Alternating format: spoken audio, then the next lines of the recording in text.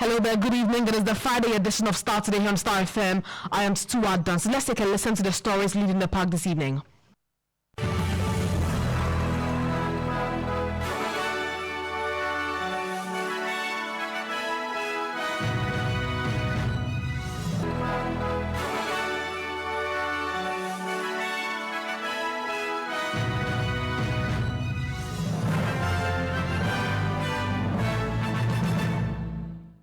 And coming up tonight, only 2 genders will be recognized in the country. That's the bold stance of President Mahama, who insists his government will only recognize male and female.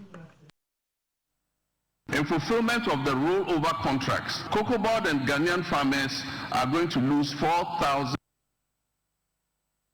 I, as a Christian, uphold the principle and the values that only 2 genders exist, man and woman, and that a marriage is between a man and a woman.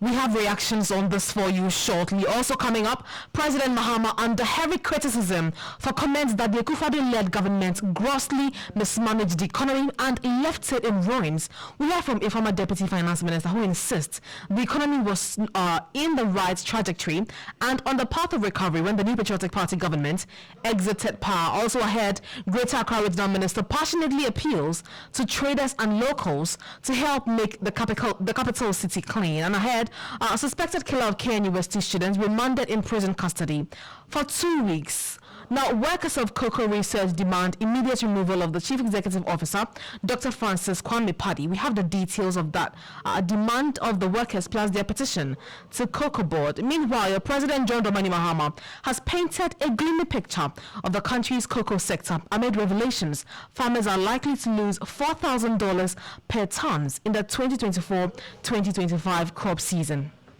In fulfillment of the rollover contracts, Cocoa Board and Ghanaian farmers are going to lose $4,000 in revenue. Mr. Speaker, as I address this honorable House, Cocoa Board has supplied 210,000 tons out of the rolled over contract, resulting in a revenue loss of $840 million for both Cocoa Board and the Ghanaian farmer.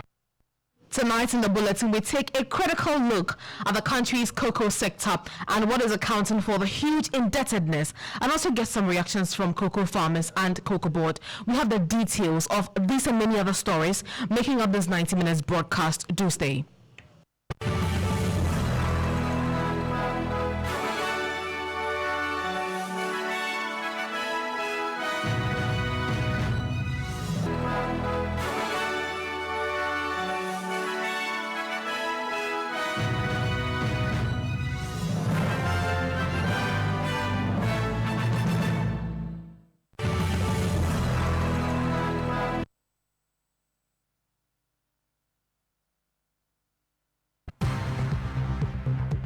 Starr News is coming to you live on Ultimate 106.9 FM in Kumasi, Empire 102.7 FM in Takrady, Zeps 95.9 FM in Zebila, Nissim 100.1 FM in Lamshao, My Star Radio in the USA. Also live on Facebook on Starr 103.5 FM and on starfm.com.gh around the world. This is Starr 103.5 FM. Starr News. Informed, in depth, in touch. Thank you very much for your time this evening on the bulletin. I am Tutuwaa Danso. Now, in line with his stance on the controversial legislation regarding the LGBTQ+ activities in the country, President John Dramani Mahama says he is working closely with the Office of the Speaker of Parliament, Alban Semana Kingsford Bagbin, to reintroduce the Proper Human Sexual Rights and Ghanaian Family Values Bill as a government-sponsored bill rather than a private member's bill. Now, fellowshipping with the clergy today, the President emphasized his belief in the natural order that recognizes only 2 genders, male and female. I, as a Christian, uphold the principle and the values that only 2 genders exist, man and woman.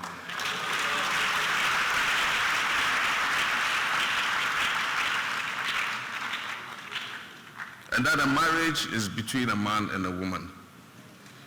I've spoken with the Speaker so that A renewal of the expired Proper Families Bill, Values Bill should be a bill that is introduced by government rather than as a private member's motion. And it's my hope that that consultation would see a renewed Proper Families Values Bill. That was President John Dramani Mahama there, being very firm in his stance that he will only recognize two genders in the country, that is male and female. And this is in respect to the LGBT bill that was laid in Parliament for the last session, hoping that it would be passed so that the country can legalize same-sex marriage and any activity that is related to gays, lesbians, transgenders, queers, and intersex, and many others that fall under the LGBTQ association. We were trying to have a conversation with the MP for Ascent South, Reverend Ntim Fojo, because he's one of the sponsors of the Ghanaian Family Values Bill, and just recently he's made some comments that sought to express his doubt about President Mahama assenting to the bill if laid again in Parliament. But as and when that call goes through, we'll have that conversation for you shortly. This is still Starr today here on Starr FM. Starr today, first, fast, and credible.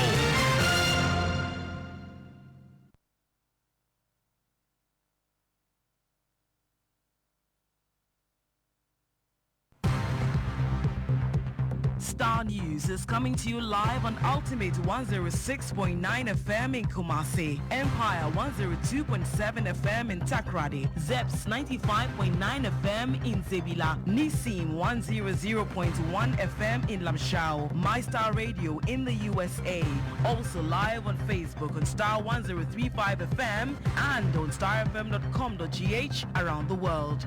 This is Starr 103.5 FM. Starr News. Informed, in depth, in touch.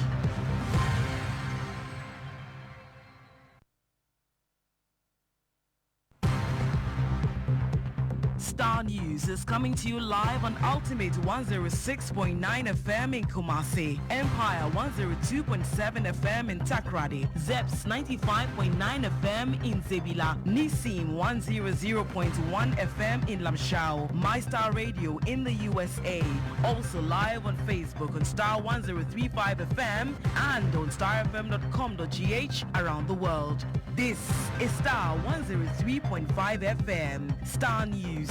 Informed, in depth, in touch. Now, a former Deputy Finance Minister, Abnasi Asari, has strongly criticized President John Dramani Mahama's first State of the Nation address of his second term, accusing him of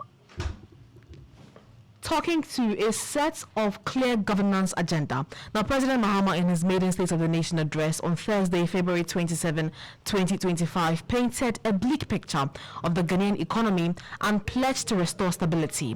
Now, delivering his speech on the floor of Parliament, President Mahama revealed that he inherited a dire economic situation from the previous government. He, however, assured that the nation of his that his government is fully committed to restoring economic stability. Take a listen to him. Mr. Speaker, as I speak, 7 of the 1992 Constitution requires that I give an account of the state of our nation to Parliament. I'm sad to report that the state of our nation is not good. Our economy is in crisis and our people are suffering unprecedented hardships. Mr. Speaker, it's not my style to lament and shift blame when confronted with challenges. My approach is to accept challenges and work hard to resolve them.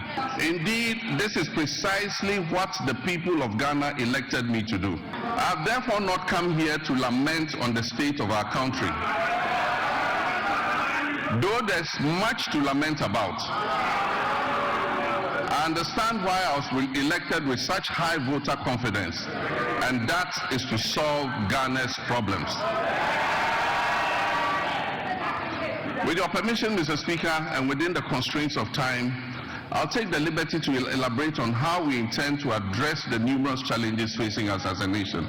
My government, working with you and every Ghanaian, will solve the challenges because we have developed the plan with our people's support. I was aware that huge problems awaited me upon assumption of office, but nothing could prepare anyone for the reality of the depths to which our economy and our governance had sunk. It is common knowledge that our economy is in dire straits, which is putting it mildly, because after initial assessment of the books, we have discovered that our economic problems are much deeper than was previously known. We have inherited a country that is broken on many fronts. The profundities of the challenges confronting us are staggering. We are saddled with staggering debts and glaring signs of almost deliberate and in some cases reckless mismanagement of our resources.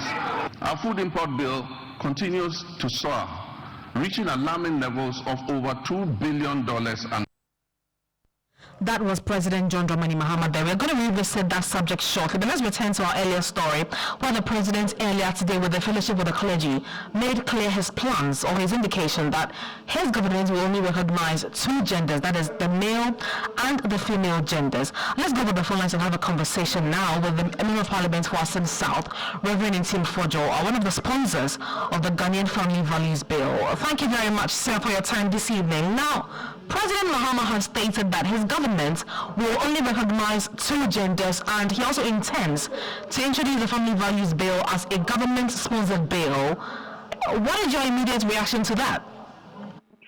Thank you very much, Tutuwaa. I must say that every president in a full republic made known their stand on the binary nature of gender. President Kufuor stated that he believes in man and woman. President Mills also stated clearly that he believes in gender being male and female. President Akufo-Addo also stated that he believes in marriage between a man and a woman. And so this President Mahama stating that he believes in gender binary nature of gender, man and woman, is not a new pronouncement. But what is new, what is alarming, what is scandalous, and what is a big disappointment to the 93% of the Ghanaian people who, through Afrobarometer survey conducted by CDP in 2021, find LGBT issues so repugnant, is the change in position of the president, who recently, as recent as 4 months ago, was fully in support of the private members bill passed in Parliament, the Human Sexual Rights and Family Values Bill. He stated clearly at the time that if he were president, he would have assented to it without hesitation, citing his belief as an Assemblies of God church member and as a Christian as the basis for supporting the private members bill in the shape and form that it was. This same bill, without changing even a comma, has been reintroduced to Parliament 3 days ago, 25th of February, with most of the same sponsors that we did in the last Parliament. Because it died with the last Parliament, legally and constitutionally, it has to be reintroduced, which we have done. And so for the president to say that suddenly he has become president and therefore he doesn't believe in private members bill on the same subject is most scandalous and is a big shift from his position. And he did so without any commitment of when he intends to introduce his so-called government-sponsored bill. He never gave any timeline. If he were truly committed to ever sponsoring any state legislation to deal with this matter, that would have found expression in the message on the State of the Nation he delivered yesterday. But clearly, before the diplomatic call, before 276 members of Parliament, before the Speaker of Parliament, former President, and key Council of State, and the whole of the population, the whole of Ghana, he failed. He conveniently ran away from making mention any such plans. And so if he meets clergy today and he tells them, the same people he met and told he would sign the private members bill are sent to it without hesitation, and now taking a complete position far away from it, we find it really scandalous. We are urging Mr. President, keep true to your principle. Be consistent with your principle. He stated in his State of the Nation address that he supports the private members bill, that's the release of persons living with disability. And so if the president has not discounted his support and the competency of a private members bill in dealing with a matter that is key to the people of Ghana, then I am surprised for him to say that suddenly, after he has become president, he wants to jettison the bill that means a lot to 93% of our people. We remain resolute. We are urging Mr. President, just as some of us have been consistent on this principle for as long as we've been in Parliament, even though many we've had change of government, we have remained true to our stance. We need him to remain true to his stance. We need him to remain true to his principles of supporting this private member bill. Because, Tutuwaa, in any case, in our constitution, the provision clearly is made for the introduction of bills through private members bill procedure, and our standing orders in Parliament does makes provision for that. Now, if members of Parliament or even an individual member of Parliament sponsors a bill, Parliament, being an independent, organ of government, has every legitimacy to pass a law. When that law is passed and the President assents to it, and the federals of that law deems fit that a more robust version of that law has, or further enactment have to be made to enhance the very, principle for which that legislation has been passed, nothing stops the President from doing so. After all, this Family Values Bill, Human Sexual Rights and Family Values Bill, we have reintroduced to the 9th Parliament in the same shape and form without changing a comma, relates to matters that was addressed by the Criminal and Other Offences Act 1960. We have a similar law, but because that only talks about unnatural command knowledge, and overwhelming majority of Ghanaians feel that it is anachronistic, it is not comprehensive enough to address the multidimensional issues of LGBTQ. That's why we have enacted this law and now reintroduced it. I need some understanding here. I mean, for the layman, the fact that the bill will be reintroduced to Parliament as a government-sponsored bill may be as significant as, having it in Parliament as a private-sponsored bill. What really are your fears? Or I just need some clarity on the back of that. There are no fears. If anybody has fears, President Mahama should ask. He is expressing fear because he has come to meet a private member's bill, which was in motion before he became president, and he supported that family values bill. And it was private member's bill. It wasn't state sponsored. If he supported the same bill, now that he's in power, why is he changing his position? So if there's any fear, he is exhibiting fear, because at the time he didn't say no, I don't support this bill at all. I feel that it should be state-sponsored. And so until such a time, when it is state-sponsored... Maybe at the time, because he wasn't president, he knew that he didn't have the ultimate decision to decide. Don't you think so? No, but in the same shape and form, he has no reservation about it, because it was presented to him, he read it through and through, and he fully accepted that bill was competent enough to serve the purpose. And so 6 months on, simply because you have become president, what changes in the competency of the bill? Because someone has become president, how does that change the competency and the potency of the bill in serving the purpose for which it was set out? And so, if President Tutuwaa, for example, had assented to it and had come to meet it as law, was he going to repeal it and to reintroduce a government-sponsored bill? I am saying nothing stops him from introducing government-sponsored bill, but nothing stops him from remaining true to his principles that supported the private members bill, same that have been reintroduced. What I expected the president to say is that this is the same bill I supported when I was in opposition. I have come to government, and I'm desiring, I stand by where I stand, that if it is passed, I will assent to it. But even further to that, I am going to sponsor an additional, government-sponsored bill that may be more robust, that may even bring stricter functions, that may bring even different dimensions, that will enhance the purpose that this private members bill is going to do. That, when you take that position, everybody will agree with you. But if you run away from it and suddenly think that it's the only bill that is competent and that will serve the purpose is the one that you will introduce, same bill you have not even drafted, you have not even brought to Parliament, and you didn't even state any time that you are going to do so, why should we go by that assessment? we must hold presidents to account on their principles. But in any case, the president can take his own decisions, but it does not in any way fall prejudice to the work of Parliament as an independent constitution. He cannot instruct Parliament as to which bills must be sponsored privately and as to which enactments must be made. The president cannot interfere in the work of Parliament, and therefore he can so go on sponsoring his state legislations. If they are in tandem with what we are doing, it is all good. In Akan we say Namdodo and Senkwa.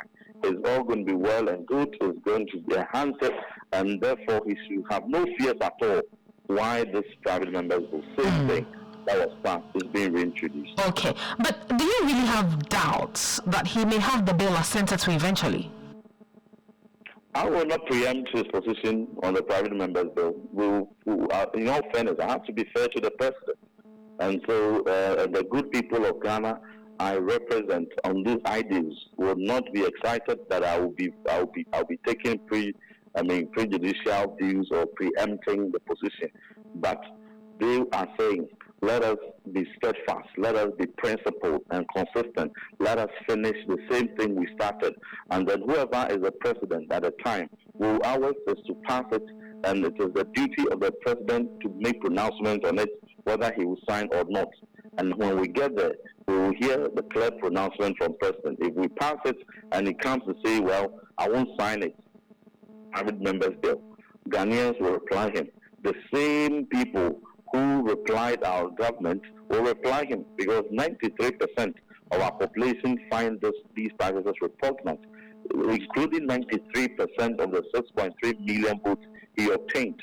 And so they have demonstrated, voters have demonstrated clearly that if you're president and you joke with this bill, the people will also show you the way.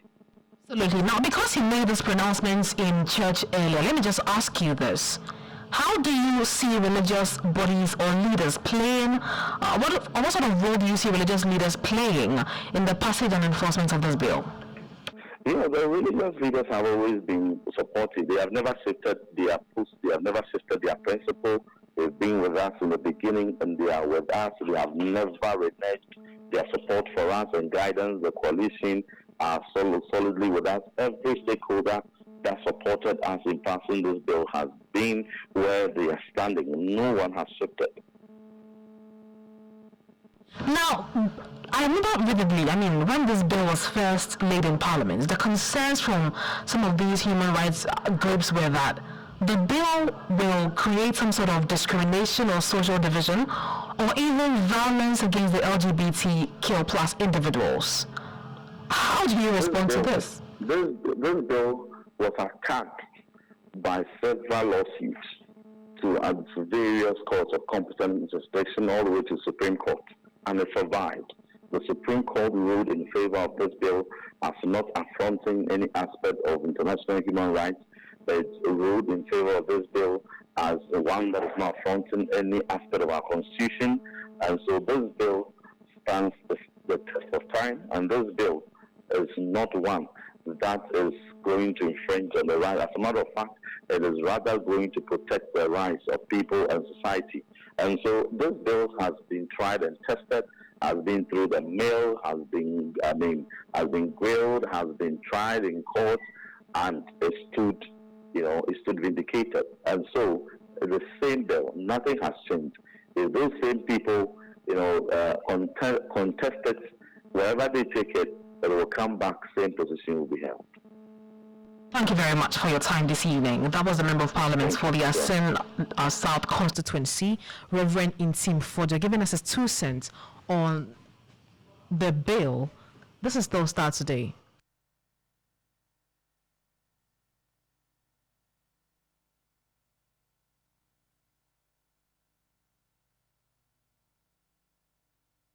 Starr Today, first, fast, and credible.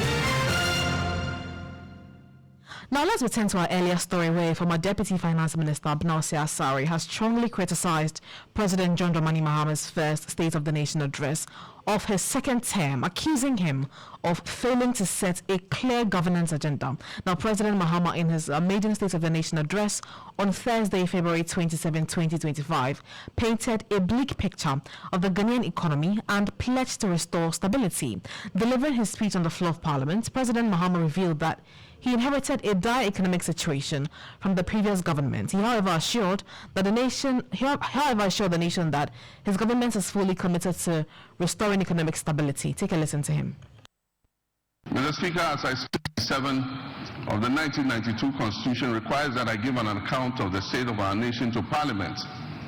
I'm sad to report that the state of our nation is not good. Our economy is in crisis, and our people are suffering unprecedented hardships. Mr. Speaker, it's not my style to lament and shift blame when confronted with challenges. My approach is to accept challenges and work hard to resolve them. Indeed, this is precisely what the people of Ghana elected me to do. I have therefore not come here to lament on the state of our country, though there's much to lament about. I understand why I was elected with such high voter confidence, and that is to solve Ghana's problems.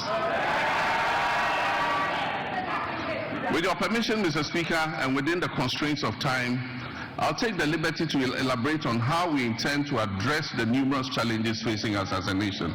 My government, working with you and every Ghanaian, will solve the challenges because we have developed a plan with our people's support. I was aware that huge problems awaited me upon assumption of office, but nothing could prepare anyone for the reality of the depths to which our economy and our governance had sunk. It is common knowledge that our economy is in dire straits, which is putting it mildly, because after initial assessment of the books, we have discovered that our economic problems are much deeper than was previously known. We have inherited a country that is broken on many fronts. The profundities of the challenges confronting us are staggering. We are saddled with staggering debts and glaring signs of almost deliberate and in some cases reckless mismanagement of our resources. Our food import bill continues to soar, reaching alarming levels of over $2 billion annually. In addition, rising food inflation is burdening households and threatening livelihoods.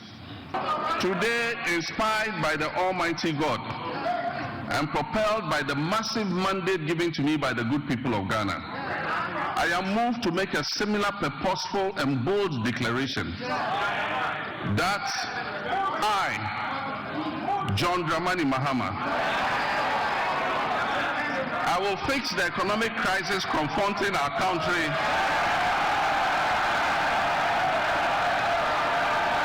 and reset it on a path of growth and prosperity. That I will fix the economic crisis confronting our country and reset it on a path of growth and prosperity. That was President John Dramani Mahama there. But Danso Starr, who is a former Deputy Finance Minister and also the Member of Parliament for the Tutuwaa East constituency, described the speech as one filled with populist promises, economic doomsaying and blame shifting. According to the legislator, the President failed to clarify on how he intends to fund his proposed social intervention policies. In a statement, she also asserted that the Ghanaian economy was not criminally handled by the erstwhile Nana-Addo-led administration as suggested by the President. I'll just go through excerpts of that statement, and it says that the NPP has never shied away from acknowledging the economic challenges that Ghana faced. However, we took decisive and responsible actions to put the economy back on the path of recovery, culminating in the IMF giving the economy a clean bill of health. The government attempts to paint an overly bleak picture of the economy ignores key facts, and she lists a number of them where she says that the financial sector is in a much stronger position today than it was at the end of 2016. Now, despite the president's claim that the sector is still struggling, the truth is, A, depositors' funds were protected during the financial sector cleanup, preventing the total collapse of the banking industry. Total banking sector assets have seen significant growth. For instance, the banking sector's total assets rose from 81.2 billion Ghana cedis in December 2016 to 367.2 billion Ghana cedis in October 2024. Private sector credits increased by 28.8% in October 2024 compared to negative 7.5% in 2023, showing strong financial recovery. Now, the core liquid assets to short-term liabilities and core liquid assets to total assets ratios have significantly improved, as the latest summary of economic and financial data, January 2025, from the Bank of Ghana clearly shows. It also seems that the president, by his criticisms in setting the stage to start recklessly issuing licenses in the manner that led to the not forgetting DKB saga.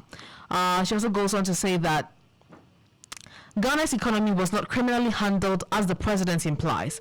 Like many economies worldwide, we faced challenges, but we took the responsible measures to address them. The signs of economic recovery were evident before the change in government. Real GDP growth averaged at 6.3% in 2024. That's the first quarter, led by industry with a growth of 10.4%. A positive primary balance of 0.4% in November 2024, as against a negative primary balance of negative 1.4% of GDP in 2016. She also goes on to say that for an economy supposedly in dire straits, one would expect cautious, responsible economic planning. Instead, the president outlined a series of new social intervention programs which raise serious concerns about fiscal sustainability. And among these are the Agricultural for Economic Transformation Agenda, the Feed Ghana program, the Poultry Farm to Table project, the Ejimara program, the 1 Million Coders program, and the Ghana Medical Trust Fund, or the Mahama Care program. These are very expensive programs, and yet the president failed to tell Ghanaians how they will be funded. Given his own pessimistic economic assessment, the expectation would have been that the government would stabilize the economy first before announcing major spending initiatives. Instead, what we are seeing is a return to the NDC's traditional model of high public spending with no clear funding strategy, an approach that led Ghana into an IMF bailout in 2015. These are some of the things that she had to say regarding the president's address to the nation yesterday.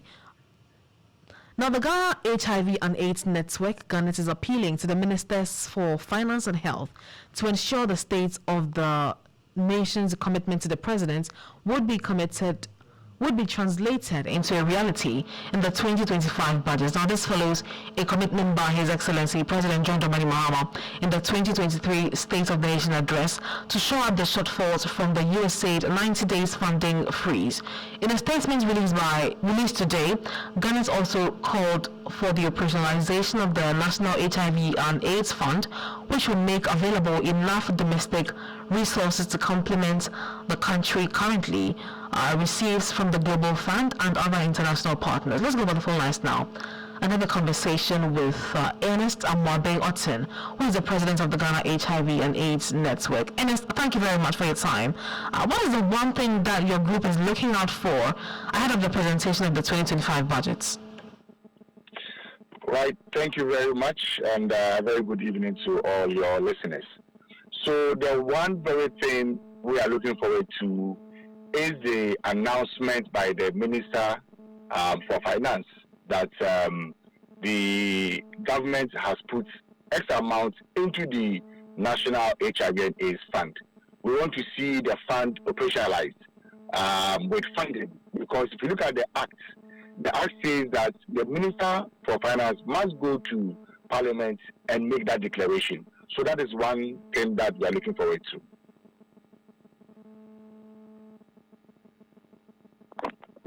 I mean, so how concerning is with the USA's, decision to withdraw Ghana from our support. How dire is it for the HIV and AIDS, care in the country? It is very dire. It is very dire to the extent that, in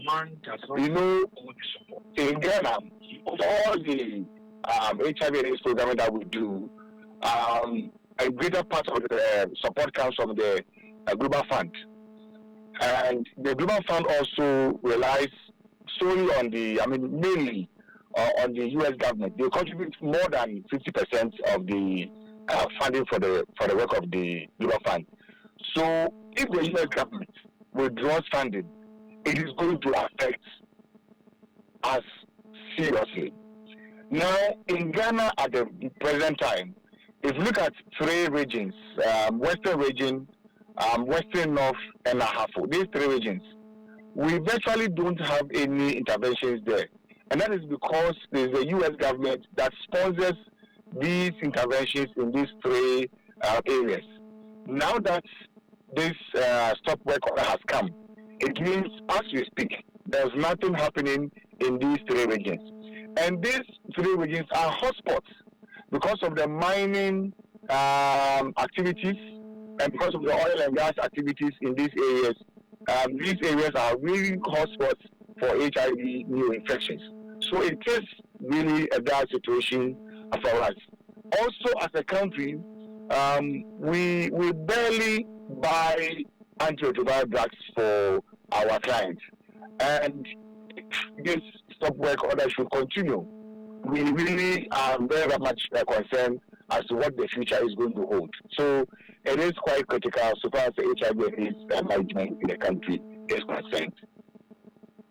Now, the president has instructed the finance minister to ensure that at least the country, HIV/AIDS is catered for in the 2025 budget. But looking at how the country's economy looks, do you really think that the government can absorb, the shortfall?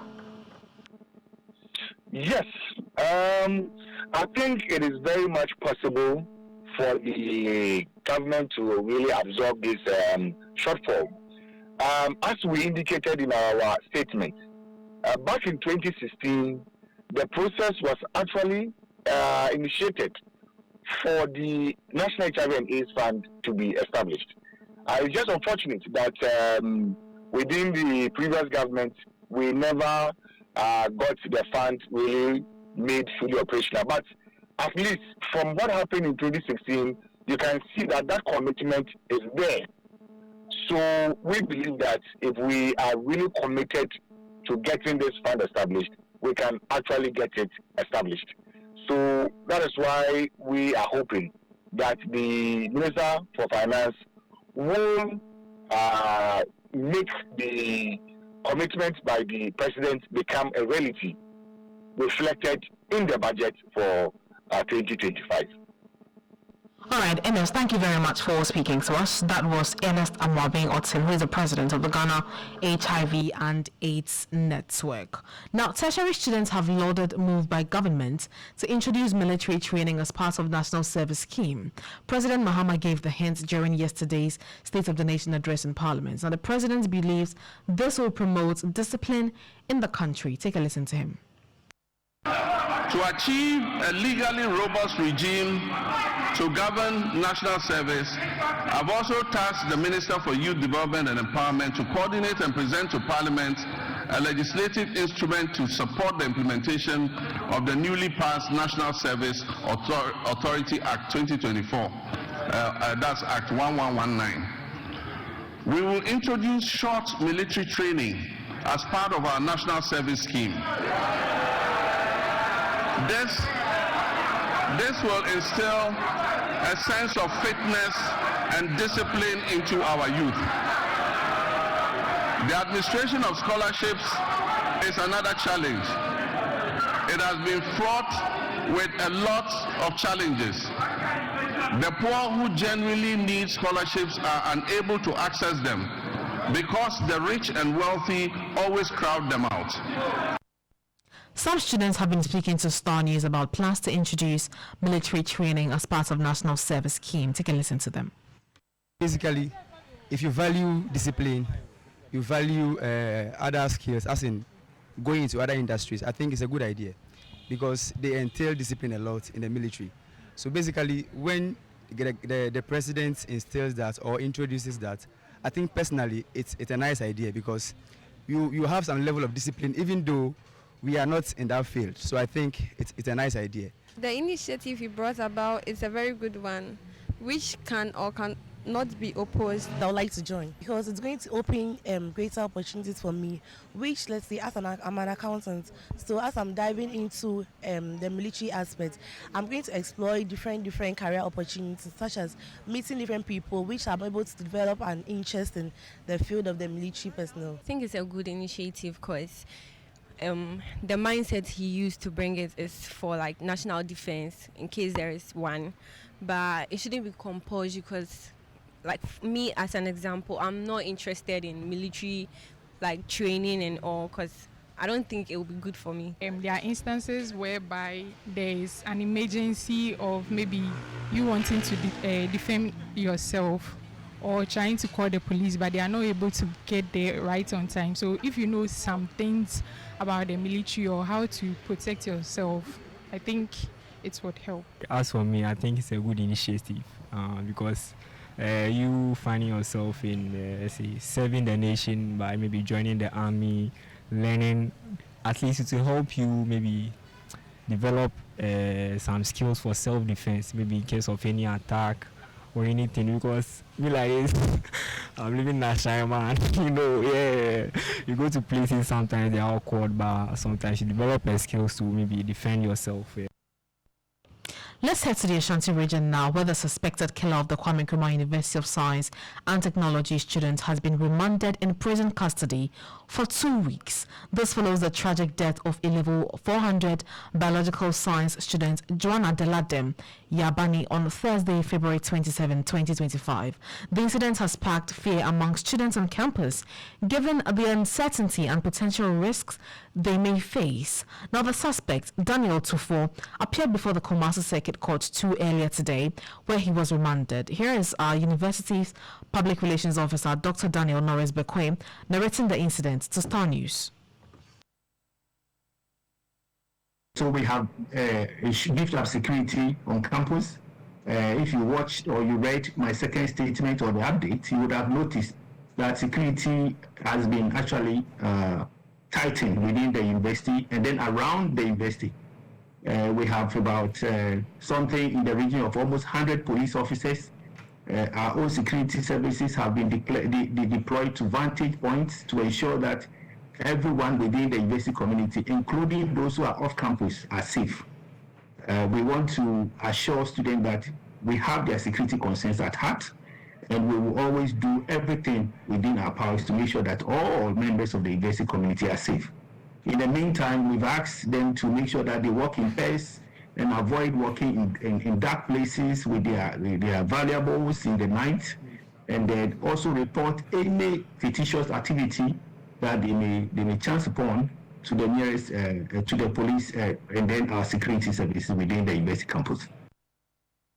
That was the university's industrial relations officer, Dr. Daniel Norris Bekwe there.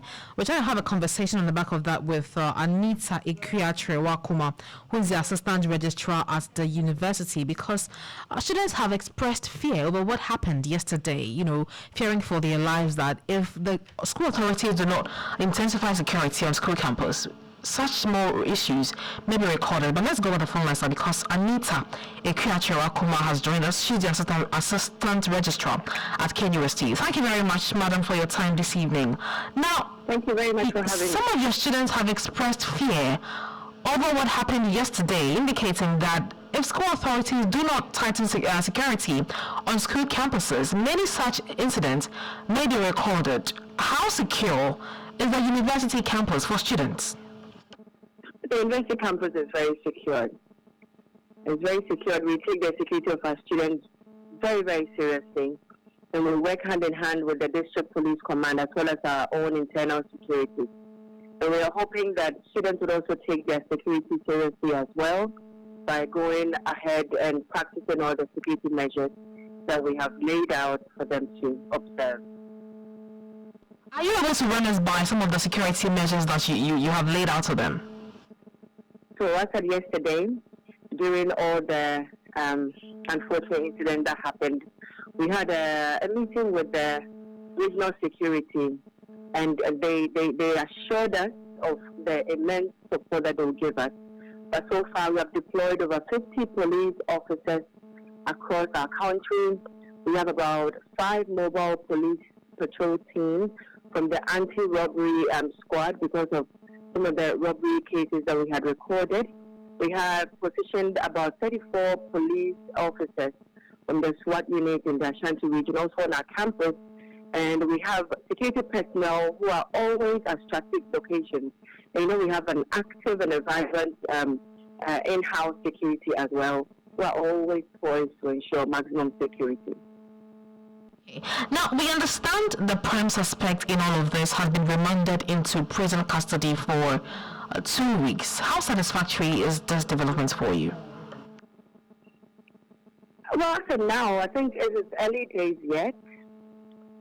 Following the review of the CCTV footage, I know the regional police command as well as our security people have recovered a few items which the deceased reported missing, like a mobile phone, and we also found a diseased laptop which he was using to study on that very night on the suspect as well.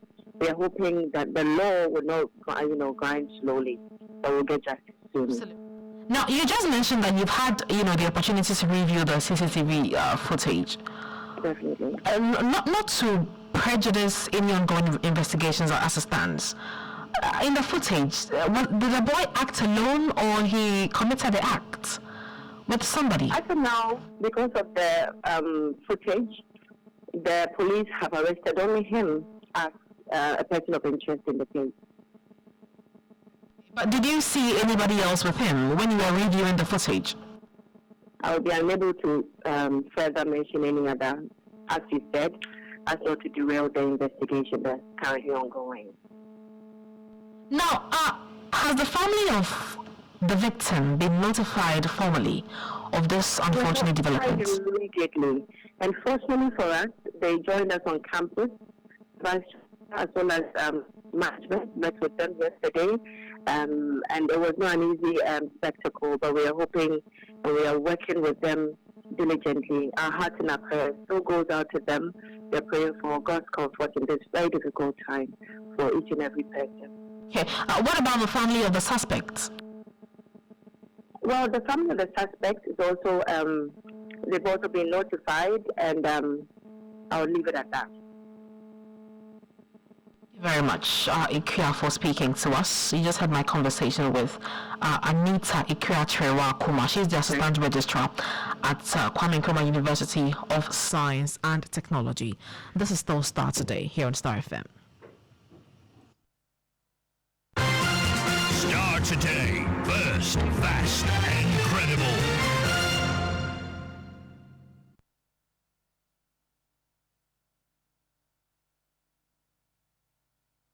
Now, the hope of cocoa farmers in the country is in limbo, and this follows claims by President Mahama that the sector is highly indebted. According to the president, the sector owes over 32.5 billion cedis, of which 9.6 billion is due to be paid in September 2025. Speaking during the presentation of the State of the Nation address on Thursday, President Mahama said cocoa farmers are likely to lose $4,000 per ton in the 2024-2025 main crop season. Take a listen to him.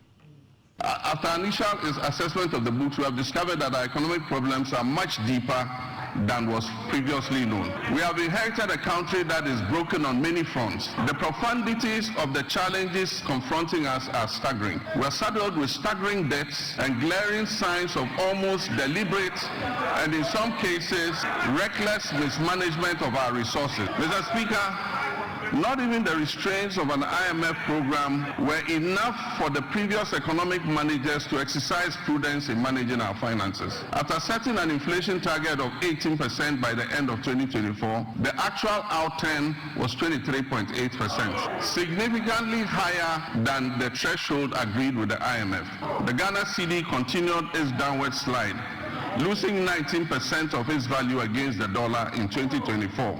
It had already in the previous year lost 27.8% of its value. In addition to the public debt, which amounts to a staggering 721 billion cedis, several state-owned enterprises are also in debt, including the ECG, which owes 68 billion Ghana cedis. Ghana Cocoa Board, the hope of cocoa farmers, is also highly indebted. Its balance sheet indicates a total debt of 32.5 billion Ghana cedis, of which 9.7 billion is due to be paid at the end of September 2025. In 2023-2024 crop season, Cocoa Board was unable to supply 333,767 metric tons of cocoa, which it had sold at $2,600 per ton. As a result, the then management of Cocoa Board rolled over these contracts into the 2024-2025 season. Honorable members, Mr. Speaker, this implies that for every ton of cocoa delivered this year, in fulfillment of the rollover contracts, Cocoa Board and Ghanaian farmers are going to lose $4,000 in revenue. Mr. Speaker, as I address this honorable House, Cocoa Board has supplied 210,000 tons out of the rolled over contract, resulting in a revenue loss of $840 million for both Cocoa Board and the Ghanaian farmer. Mr. Speaker, Cocoa Board and the Ghanaian farmer will lose another $495 million by the time the board finishes supplying the remaining rolled over contracts. Additionally, Cocoa Road commitments alone total 21.7 billion cedis, of which only 4.4 billion is included in the total debt of 32.5 billion. This debt has arisen mainly because of the decision in 2019 and 2020 to award road contracts worth over $1 billion because of the election. That was President John Dramani Mahama. But let's go to the phone lines now and have a conversation with the president of the Concerned Cocoa Farmers Association, Nana Bonsu, the second for bonus development. Thank you very much for your time this evening, Nana. Now, cocoa sector is highly indebted. Is that something you anticipated? Thank you very much, and then good evening to your listeners. Well, it is something that it has come, which all of us we feel very sorry for such things happening. But in all the same, we are looking also forward to see that it will not happen again. And that is why we came out with a statement that we can double up production within this very year, so that at the end of the day, by 2027, Ghana will be leading. Let's say I promise that Ghana might be on the second position of the leading producer cocoa across the world, or maybe even take the lead, because we have done our studies across the whole country, and then with our report that we have shows that we can do something even to clear up this debt that has been there. You mentioned doubling up production, to be able to solve this problem, but generally as a country, how do we get out of the situation? Because, as you said, it's quite a worrying development. Yeah, well, the one who how come it costs? We need to look for there's a say that welcome is better than how come. So how come we have all this kind of situation? That is what we have to look at, and then also look at the situation also on the ground. But one thing is, when the past government started giving out these seedlings and other things for the farmers just to plant, a lot of farmers, or some of them, do not even plant it at all due to this galamsey issue.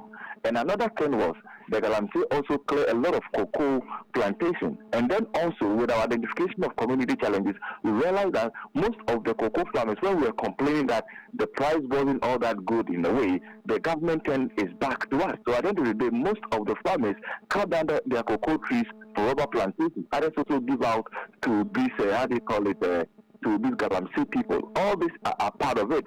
But then also, we need to look at the bigger picture, because the debt is too much that we can't even hold it, and we don't even know how come all these things happen, because we are farmers, we produce the beans, and then we hand it over all these beans to Cocoa Board just to make sure that they sell it, we get our share, and the government also get its share to make sure that we get a better development in the country. So that is what is on the ground now.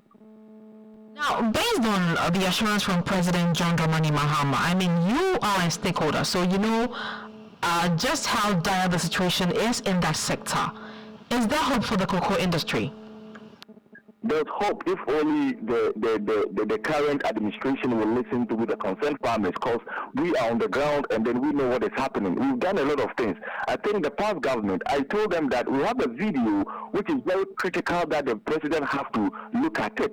And when you look at it, you know the way forward and where we should go. The same thing that this government we've also proposed, that there's something that the president has to watch, or even the CEO of Cocoa Board have to watch it, and then we just step ahead of it. But if it is not like that, and then we stay back, and then we see that we go on the normal way of giving out seedlings, fertilizer for farmers here and there for them to plant, my sister, things will just get worse. All because most of the farmers are no more even interested with the cocoa production, no matter the price that has been going. Because at the end of the day, when you go to Western North like this, I will mention Tutuwaa, he did a very good job there. So at the end of the day, Western North, some part of Western North now, we have enough of cocoa production there.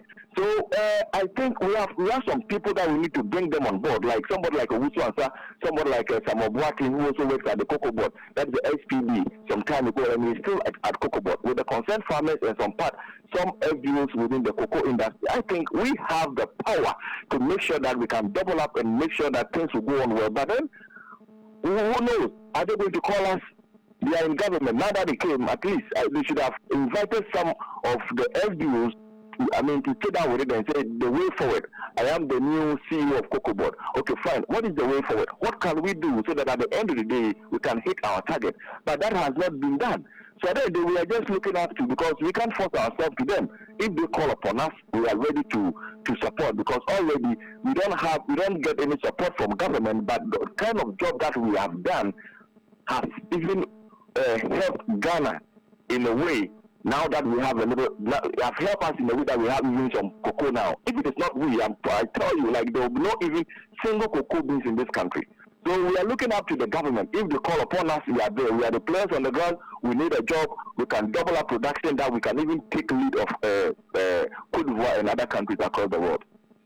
All right, thank you very much, Nana, for speaking to us. That was Nana Obuadi Boateng Bonsu, the second, speaking to us there. But let's still stay on cocoa-related issues, because workers at the Cocoa Research Institute have petitioned the acting Chief Executive Officer of Cocoa Board for an immediate removal of Dr. Francis Kwame Paddy, who is Executive Director of the Cocoa Research Institute of Ghana.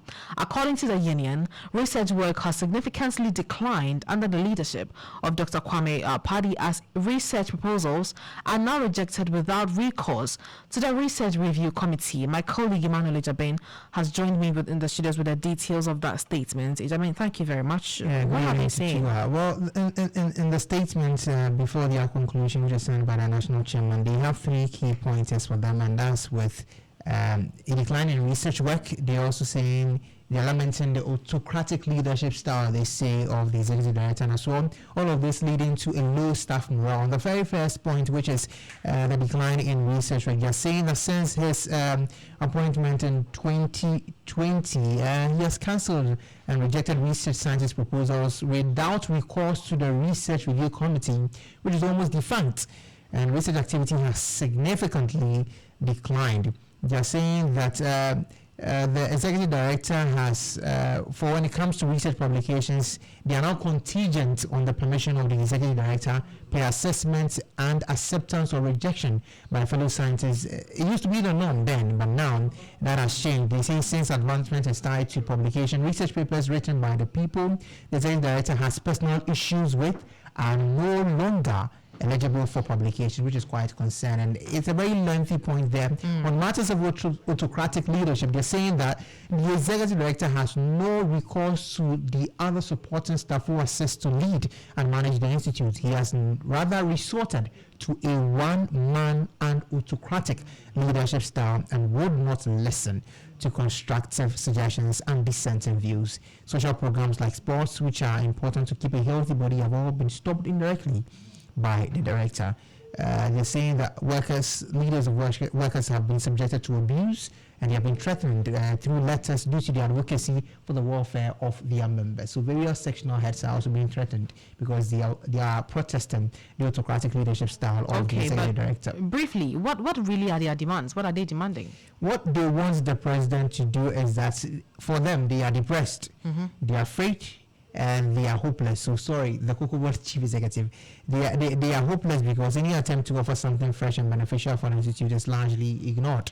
So they want to prevent the collapse of the Cocoa Research Institute of Ghana. They are fervently and clearly calling for the appointment of Dr. Francis Kwame Paddy as its executive director to be immediately revoked. They do not state who they want to replace him, but they are saying that so that the work of the research institute can progress, Dr. Francis Kwame Paddy must go. All right, thank you very much, Immanuel Jabin. Away from cocoa-related stuff, Executive Director of the Veteran Administration of Ghana, Captain Ben Gia, retired, has called for a deeper appreciation of the sacrifices made by ex-soldiers who lost their lives during the 28th February Crossroads shooting incident. Now, speaking during the 77th anniversary of the incident, which claimed the lives of Sergeant Ajete, Corporal Atipo, and Private Odate Lamte, the veterans expressed gratitude to Vice President Professor Nana Jane Opukwajaman for her continuous support and appealed corporate organizations to support their activities. Not only that, I don't think we should talk of that. You know, the sacrifice was for the people of Ghana. So why should we limit it to the government? We should say that everybody, every Ghanaian should be involved in showing appreciation. And this is what happens in other countries. Unfortunately, in our part of the world, you even come out with poppy appeal. People are unwilling to do it, either because they don't know or they just don't care. But I think in reality, anybody who sacrifices for you, especially with his life, should be appreciated.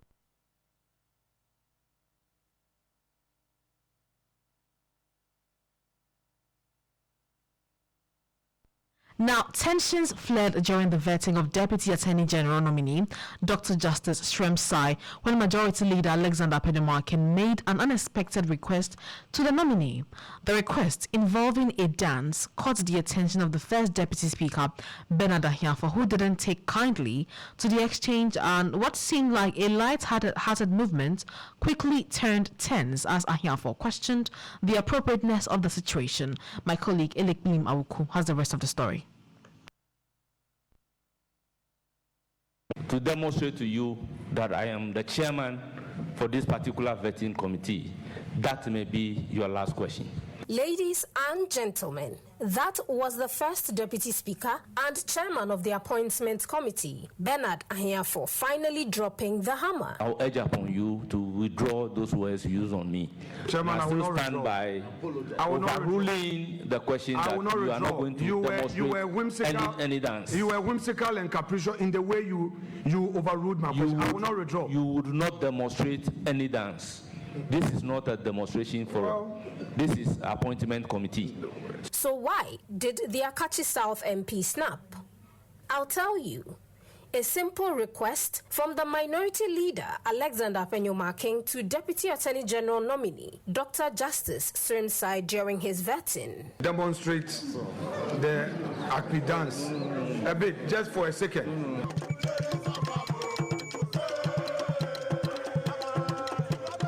Wondering what the correlation between dance and law is? So did the chairman. Honorable nominee, the question is overruled. You are not going to demonstrate. The Efutu MP explains. Apart from the constitutional issues involved, it is also about our culture. We've had nominees speaking their dialect here. The man is talking about a dance that we all don't know until today. He is enlightening me and others. To which the chairman responds, Chairman, I will not stand by overruling the question that you are not going to demonstrate any dance. You were whimsical and capricious in the way you overruled my question. I will not withdraw. You would not demonstrate any dance. This is not a demonstration forum. This is appointment committee. But it does not end there. This quickly becomes a tense situation, which easily could have resulted in contempt. Withdraw the word that I'm being whimsical and capricious. Chairman, I will not withdraw. I'm sorry. I will not withdraw. You rudely overruled me. I will not withdraw. I would again ask that you withdraw the word rudely. Chairman, one more time, I will not withdraw. I'm sorry. Will you withdraw? Chairman, I'm sorry, I will not withdraw. Well. But there are people who think this is nothing serious. Take, for instance, former spokesperson of the Education Ministry, Kwesi Kwarteng. I'm of the view that this was a non-issue. I mean, question of can you dance is not an imposition on you to dance. It is not as though you must dance at all costs to get passed. I am sure it's just, I mean, the usual of trying to ease tension and makes the whole vetting process flexible. Afenyo would show some respect to the chair, even if he thought he was being whimsical and capricious. Even if he thought that way. I mean, that banter I thought was disgraceful. But what about Ghanaians on social media? So now you know the context. What do you think? Was it a dance of diplomacy or just a misstep? You decide. That was my colleague Elikpili Mabuko there. But breaking news coming in this evening suggests that Gregory Afoko, the man accused of murdering the late Upper East Regional Chairman of the New Patriotic Party, Adams Mahama, has been released on bail after nearly 10 years on remand.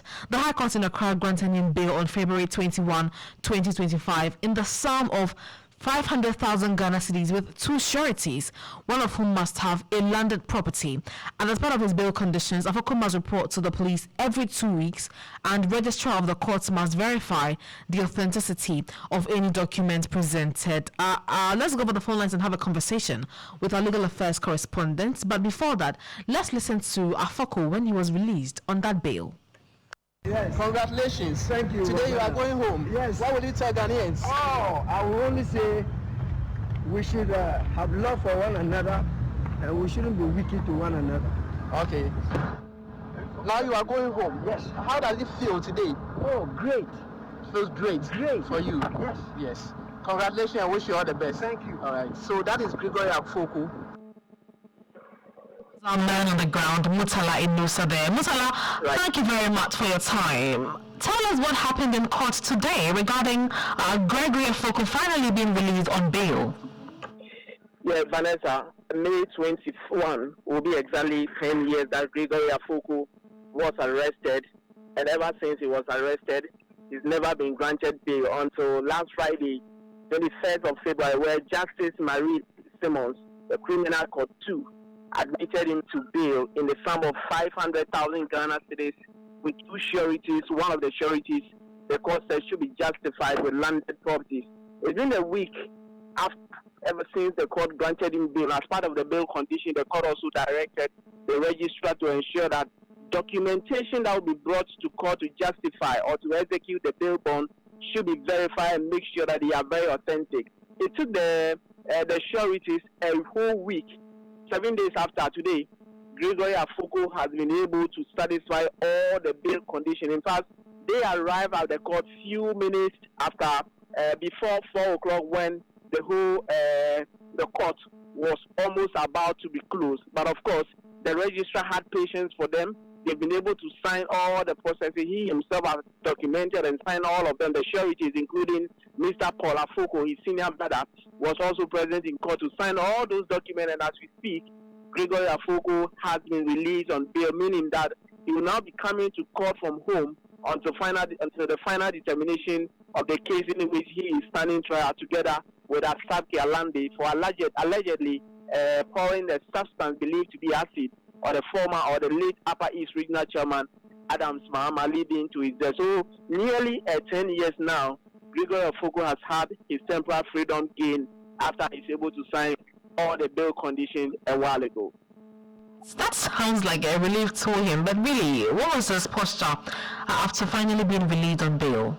You needed to see Gregory Afoko and at the premises of the court. You see that his Mrs. family, the relationship he had with Mr. Paul Afoko is one that you want to see because he has made that relationship, that family togetherness, and he's had to show that this is somebody who is really made as a family. And you could see the expressions on his face that yes, Gregory Afoko is really, really happy that finally he's had his temporary relief. In fact, I engaged him briefly and he's saying that look, Ghanaians should show love to one another, and at the same time, we Ghanaians should not be wicked to one another. So it's been very, very interesting for him, and as a family, he thinks that he is now back to be able to have his family with him as he go through the mail by way of the trial. Apart from his senior brother whom you said was present, what about the other family members? Yeah, so in relation to that, apart from Paul Afoko and then the other family member who executed the bail conditions, lawyer Nanaya Ose, who has also been the spokesperson or the lawyer spokesperson for the family, was also present. But there was nobody in relation to the other side, the Adams Muhammad's family, because this one has to do with Afoko and his family. So a few people who were there today came and lent support to him as he executed his bail conditions and has now been set free or has been released on bail until such time that the case before the High Court will be dealt with. So for now, Gregory Afoko has had his temporary freedom, and then he will be home and coming to court anytime the court wants him to appear before it. Thank you very much for speaking to us. That was our legal affairs correspondent, Mutala Inusa, briefing us on what happened in court today regarding the fact that Gregory Afoko, the man accused of murdering the late Upper East Regional Chairman of the New Patriotic Party, Adams Mahama, has been released on bail after nearly 10 years of being on remand, and the High Court in Accra granted him bail on February 21, 2025 in the sum of 500,000 Ghana cedis with two sureties, one of whom must have a landed property. And as part of his bail conditions, Afoko must report to the police every 2 weeks, and the registrar of the courts must verify the authenticity of any document presented. That is the breaking news coming in here on Starr today.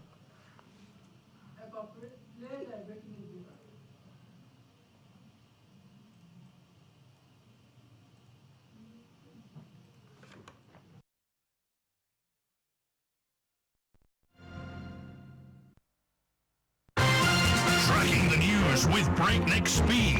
This is a Starr FM 103.5 breaking news.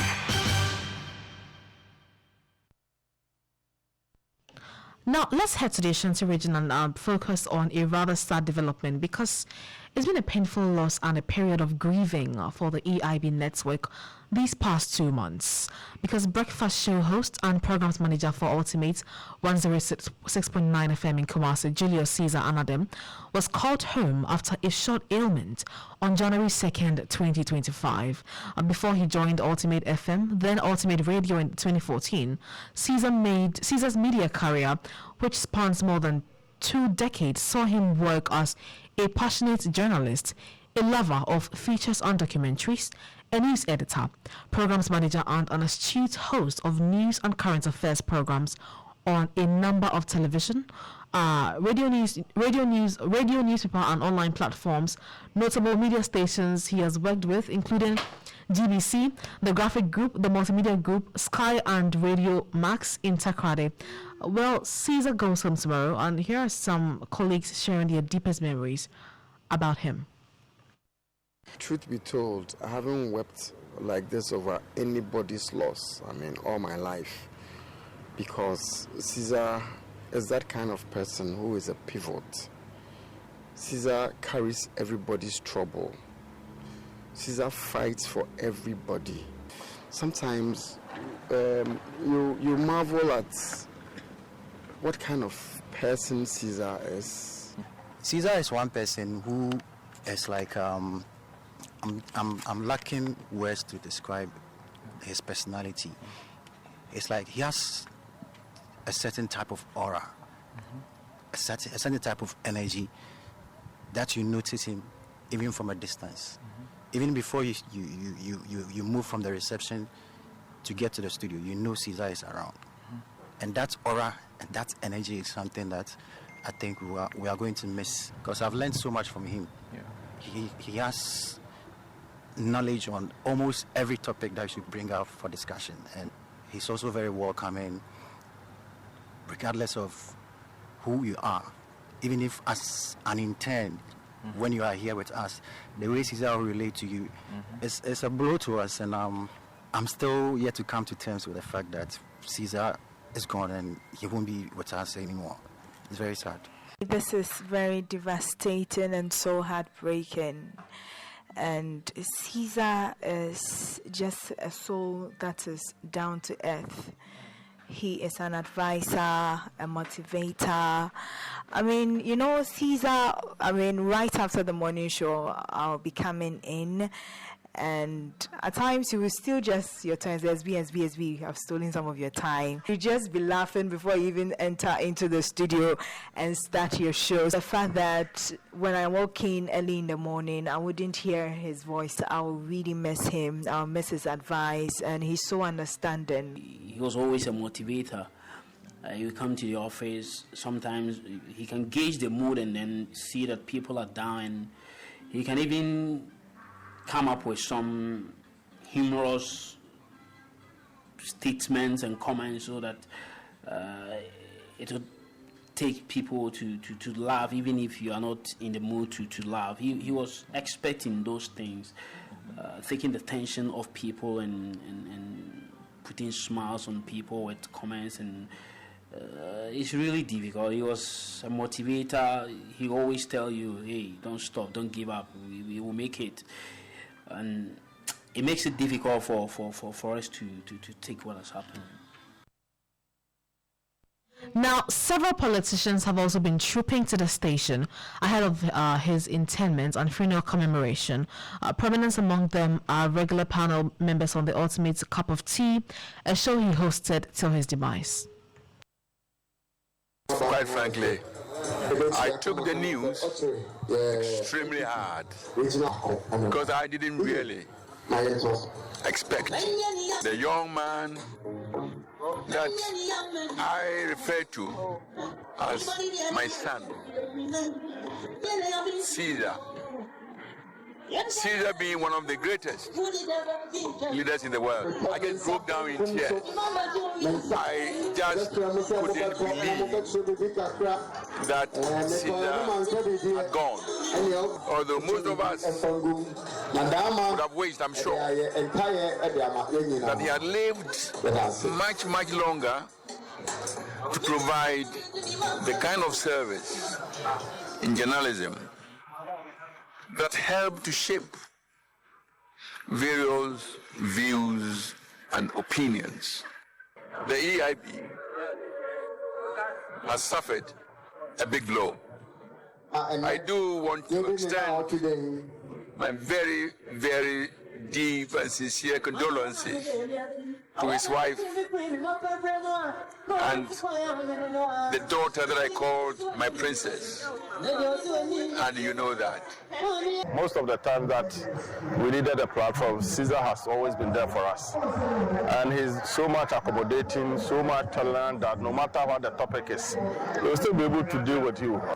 Those of us who come from the NPP, those of our colleagues from the NDC and any other party, when we meet on the show, Caesar has never been biased. If he goes wrong and you make an attempt to correct him, he allows it. And so it is really sad for all of us. Caesar was one person who was dynamic. We wanted to have learned a bit more from him. It is not for us to tell when he's supposed to leave this world. So we have consoled ourselves, no matter how hard it is for us. Mr. Anadem was a very kind man. To me, to be precise, he was more than a boss to me. A father, a friend, a man I can talk to about work, about my life, about what is going on. I'll always remember him, and I'll always put him right in my heart, because he gave me kind of opportunities I never even dreamt of getting. I really appreciate him wherever he is. Those were some panelists he hosted on his morning show, Ultimate Cup of Tea, until his demise. Now, laying in state and burial service will be at Adumfie Charismatic Catholic Church, and the funeral ceremony at the Ridge Park in Ishiaso, Kumasi. But before that, let's take a listen to a tribute made for him.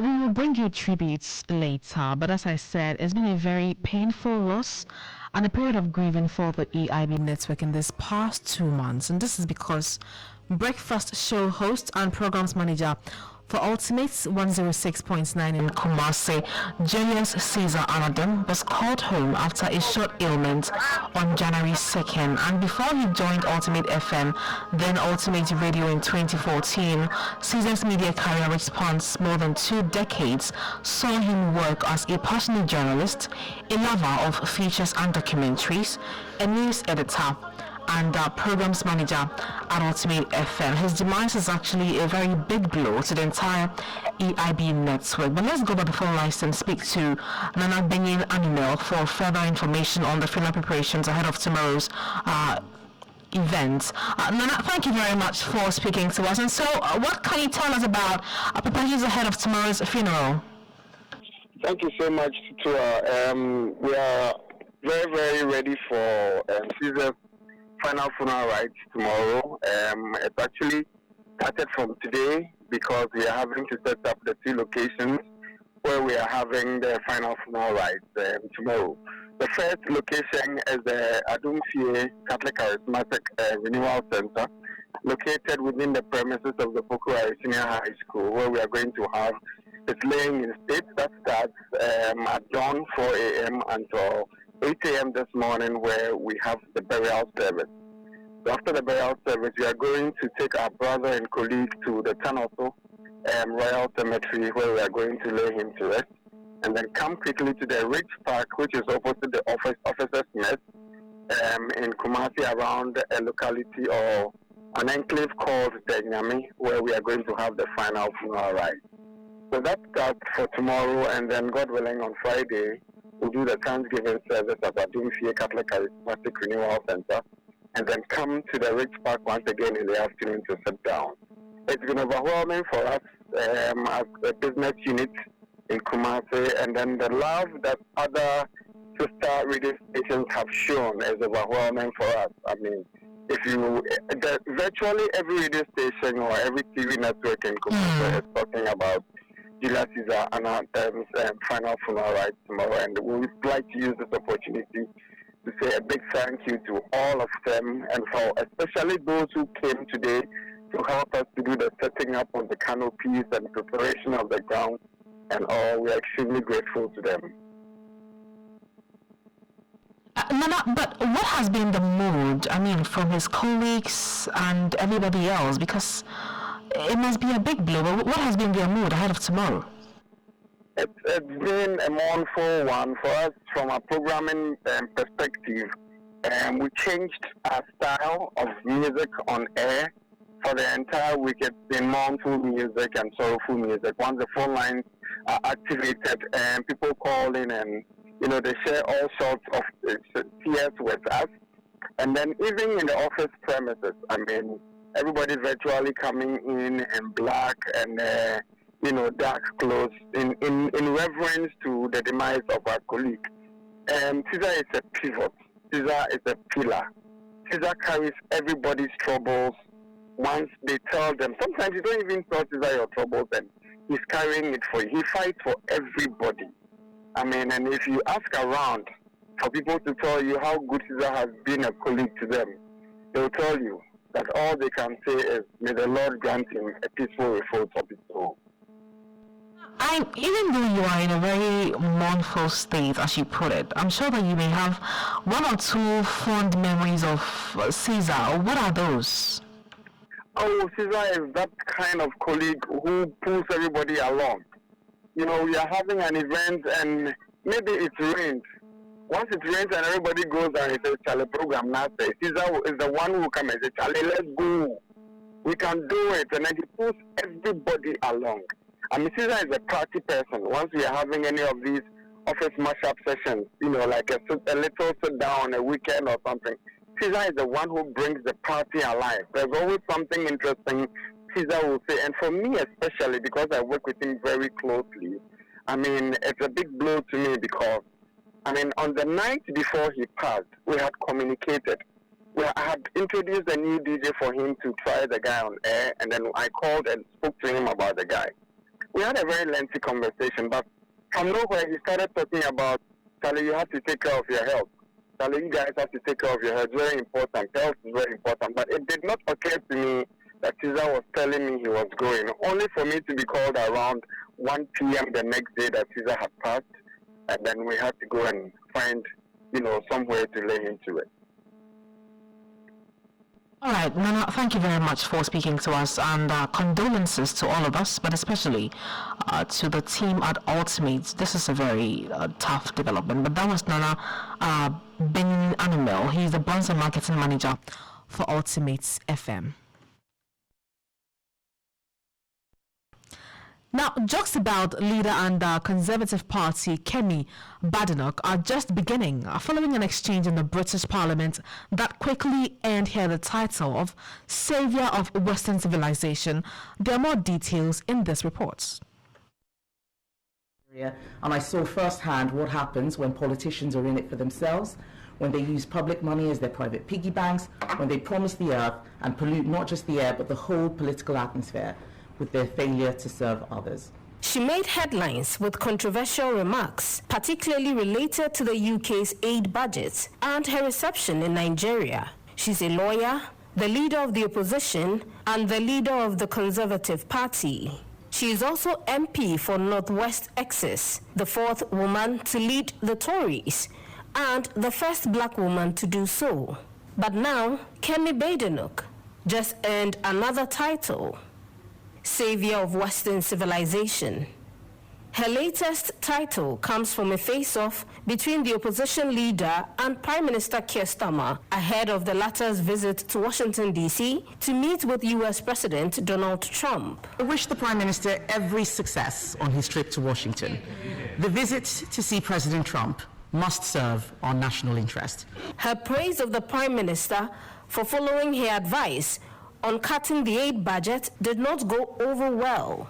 Over the weekend, I suggested to the Prime Minister that he cut the aid budget, and I'm pleased that he accepted my advice. Mr. Speaker, it's the fastest response. I'm going to have to let the Leader of the Opposition down gently.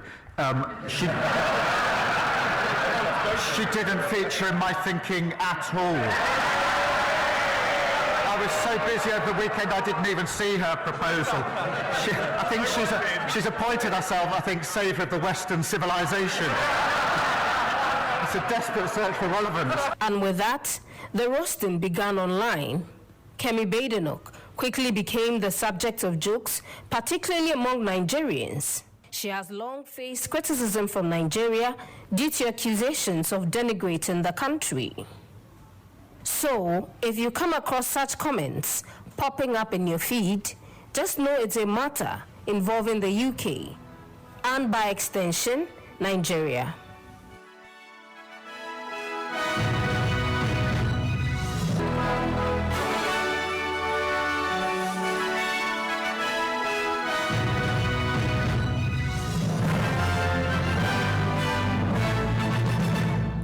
And that is how we draw the curtain on this edition of Starr Today. Thank you very much for more news updates. Kindly log on to starfm.com.gh. My name is Tutuwaa Danso, and this bulletin was produced by Eko Anan and Prince Essien. And Emmanuel Donko made sure the stream was possible on our social media platform. Thank you very much once again. Have a good evening.